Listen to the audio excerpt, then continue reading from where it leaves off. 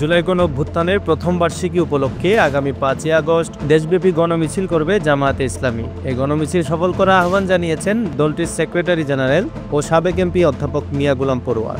শনিবার 2রা আগস্ট এক বিবৃতিতে মিয়া গোলাম পরোয়ার বলেন, 2024 জুলাইয়ের ছাত্র জনতার ঐতিহাসিক গণঅভ্যুত্থানের প্রথম বার্ষিকী পালন উপলক্ষে পূর্ব ঘোষিত মাসব্যাপী কর্মসূচির অংশ হিসেবে বাংলাদেশ জামায়াতে ইসলামীর সকল মহানগরী ও জেলা শাখার প্রতি আগামী 5ই আগস্ট মঙ্গলবার শান্তিপূর্ণ গণমিছিল সফল করার আহ্বান জানাচ্ছি। গণমিছিল সফল করার লক্ষ্যে ব্যাপক প্রস্তুতি সহকারে সুশৃঙ্খল ও শান্তিপূর্ণভাবে কর্মসূচি পালনের জন্য জামায়াতে ইসলামীর সকল জেলা ও মহানগরী সংগঠনের প্রতি আহ্বান জানাচ্ছি। তিনি আরও বলেন, এই মিছিলে অংশগ্রহণ করার জন্য আমি দেশের সকল নাগরিকদের প্রতি আহ্বান জানাচ্ছি। একই সঙ্গে গণমিছিল সুশৃঙ্খল ও শান্তিপূর্ণভাবে পালন করার জন্য সংশ্লিষ্ট প্রশাসনের সহযোগিতা কামনা করছি।